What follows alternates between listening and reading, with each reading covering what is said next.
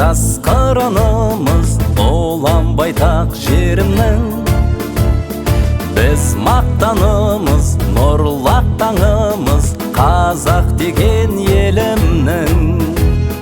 Тәуелсіз елім, асқар тау белім, ұлы дала киеміз.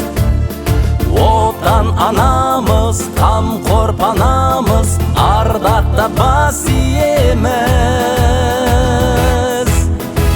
Жаса жайнар жерім, егеменді елім, сүйікті отаным менің, Қазақстаным. Жаса жайнар жерім,